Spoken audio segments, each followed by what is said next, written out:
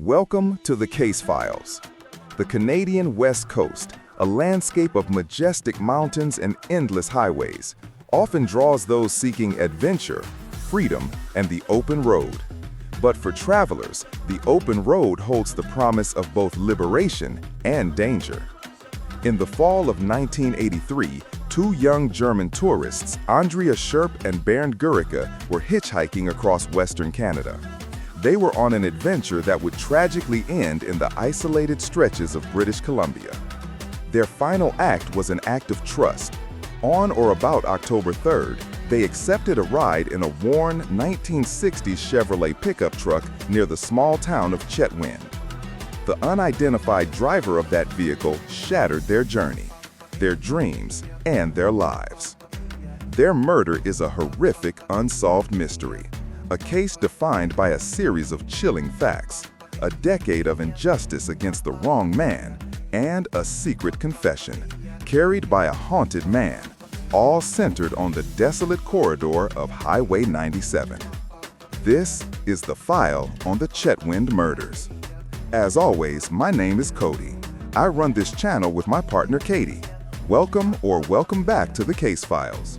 A reminder, if you do find today's video interesting and informative, be sure to like and subscribe for more stories told by yours truly. Now grab a snack and a blanket, and let's dive in. Andrea Scherpf, born in 1959, and Bernd Göricke, born in 1956, were typical of the young European travelers exploring Canada in the early 1980s. They were seeing the world, relying on the goodwill of strangers, and documenting their journey. In early October 1983, their journey brought them to Chetwynd, British Columbia, a resource town in the northeastern part of the province. This area is defined by long, isolated stretches of road, surrounded by dense forests. It is an environment where privacy is absolute, and help is often hours away. It was here, on or around October 3rd, that they accepted the fatal ride. They climbed into a distinct vehicle, a 1960s model Chevrolet pickup truck. We don't know the conversation, the reason for the stop, or the immediate moments of realization. We only know the outcome. The driver of the pickup shot both victims and then dumped their bodies roughly 32 kilometers west of Chetwynd, close to Highway 97 and the Pine River. But the crime didn't end with the murders. The killer stole the couple's property, including their money and Andrea Scherpf's traveler's checks. And the killer's movements in the immediate aftermath became the single most crucial piece of evidence in the entire case. The murderer was not subtle. Within 1 or 2 days of the killings, on October 4th and 5th, the killer began using the stolen traveler's checks, methodically driving south down Highway 97. This created a literal paper trail of the killer's escape.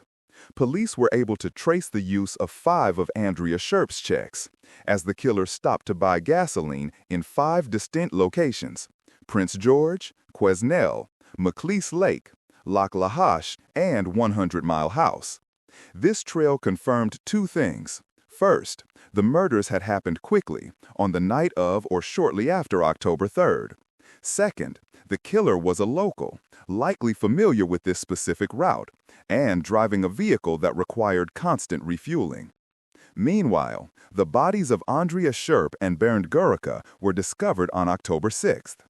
The initial identification was difficult. Forensic dentistry suggested the 2 victims were likely European, leading to cooperation with Interpol. It wasn't until October 16th, nearly 2 weeks after the murder, that the couple was formally identified, allowing the police to connect the missing persons case with the gruesome discovery. Over the next 6 years, the investigation gathered over 900 tips, a massive public effort to identify the killer and the 1960s Chevy pickup. But despite the clear physical evidence left by the traveler's checks, the case remained frustratingly cold. In 1989, 6 years after the murders, the investigation finally found a person to charge. But this pursuit would result in one of the most significant miscarriages of justice in Canadian history. The charge was based almost entirely on a statement from a woman named Madonna Mary Kelly. Kelly and the primary suspect, Andy Rose, were both working in Chetwynd in 1983. In a conversation with an undercover police informant, Kelly claimed that in October 1983, Rose had shown up drunk and covered in blood, stating he had murdered 2 people. This was the slender thread the Crown used to prosecute. Rose was charged and convicted of the murders in 1991. Following an appeal, he was convicted again in 1994. For over a decade, Andy Rose was imprisoned, convicted solely on the uncorroborated and ultimately false testimony of Madonna Mary Kelly. The wheels of justice turned slowly until the advancement of forensic science intervened. In March 1996, DNA analysis was performed on a crucial piece of evidence found at the scene, a pair of blood-spattered jeans that the killer had carelessly dumped in a nearby trash can. The results were explosive. There were no DNA traces of Andy Rose on the bloody jeans.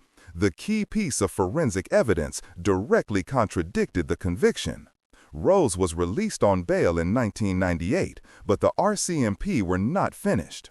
Between his release and his third trial in 2001, the police launched an intensive Mr. Big stain operation, a controversial tactic where undercover officers pose as mobsters, attempting to elicit a confession from a suspect. Even under this extreme pressure, Rose maintained his innocence. The final curtain on the Andy Rose saga came in 2001. At his third trial, the DNA evidence from the bloody jeans was meticulously analyzed. It was found to contain DNA traces from at least 5 different people, including the 2 victims. Crucially, the DNA of a third, salient person was present, the DNA of the killer. This DNA did not match Andy Rose. It did not match the alternative suspect that would later emerge, Vance Hill. Prosecutor Gil McKinnon issued a swift and necessary acquittal.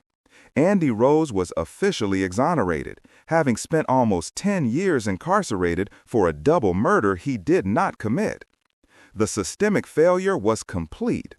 The case was now back where it started in 1983, unsolved, but with the DNA profile of the real killer now secured in the forensic database, a profile that still remains unmatched. Even while Andy Rose was battling the justice system, investigators had identified an alternative suspect early on, a man named Vance Hill. Hill was an American construction worker from California, a hunter, and a chronic alcoholic who had been living in Western Canada since 1967. By April 1983, Hill and his wife Willadine had separated. Hill remained behind in Prince George, British Columbia, just 3 hours from Chetwynd, and, crucially, one of the towns where the traveler's checks were used. The timeline is compelling. On October 21, 1983, just weeks after the murders, the RCMP arrested Hill on 2 completely unrelated charges of obtaining lodging by false pretenses. He was right under their noses, but the link to the murders was missed. In November, Hill returned to his family in California. And in 1984, in a moment of deep distress, Vance Hill apparently confessed the double murder to his estranged wife, Willadine. Hill was battling suicidal thoughts, and tragically, he took his own life on July 28, 1985. The confession remained a private, horrific secret until 1997, when Willadine finally told her nephew, who immediately informed the police. Willadine's account was chillingly detailed, and it matched the facts of the crime perfectly. She recounted Hill telling her. The couple asked him if he could take them, and he agreed. He began to harass the woman. When her friend protested, he stopped the pickup, they got out and began to argue. He reached into the pickup, took the rifle, and shot him. The woman screamed and did not want to shut up. He said he also had to kill her. This confession explains the argument, the sudden use of the rifle, the secondary, unnecessary murder of Andrea, and the reason why the crime was seemingly random. Though Vance Hill's DNA did not match the singular salient DNA profile found on the bloody jeans, and despite the existence of other unknown DNA on the evidence, the detailed confession provided by Willadine Ville remains the strongest circumstantial evidence in the case. Hey there! Before you take off, we'd just like to take a second and say that we really appreciate you sticking around to the end of the video. Katie and I are so grateful for the incredible Case Files community, so thank you for being a part of it. If you want to help the Case Files continue to grow, one of the easiest things you can do is leave a like on this video and consider subscribing.